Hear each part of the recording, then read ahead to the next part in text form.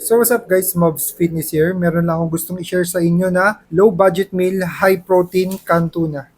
Actually matagal ko na siyang protein source pero ngayon ko lang siya naisipang i-vlog. So ito yon, Mama Tuna Hot and Spicy.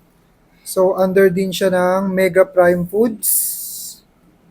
Kagaya ng mga Mega Tuna Spicy, yung Mega Tuna Green, Mega Tuna Blue. So i-review natin yung macros nito. Let's go.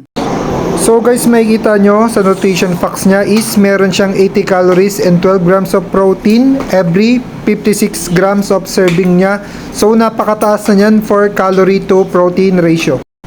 So kung ilalag mo naman siya sa MyFitnessPal, magkakaroon ka ng kabuuang 221 calories and 33.2 grams of protein sa net weight niya na 155 grams. Sobrang sulit niyan. So when it comes sa price naman guys, makikita nyo naman napakasulit niya, 28 pesos. Pwede pang bumaba yan kung siguro sa Pure Gold ka bibili.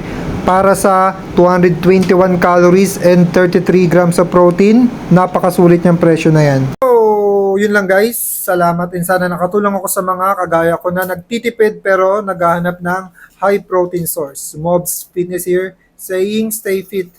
Ingat guys.